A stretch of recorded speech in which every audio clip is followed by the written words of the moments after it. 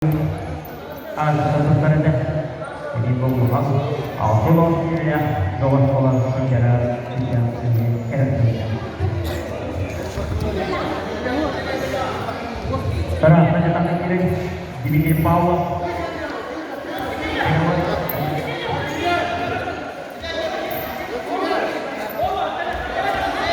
Zona kiri.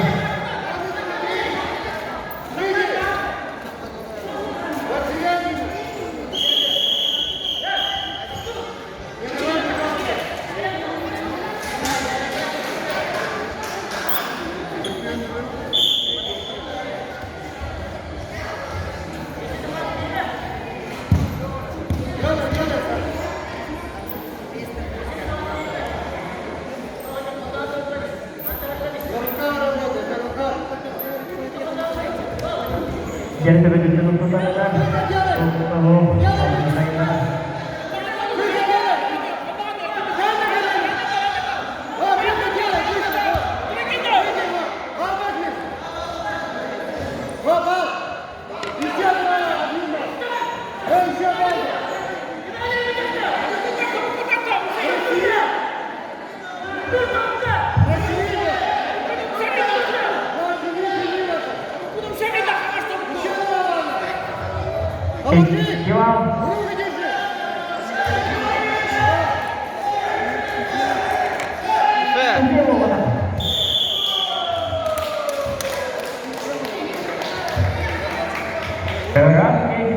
oleh JP itu atas selama automatik tidak diri power kemudian kurang.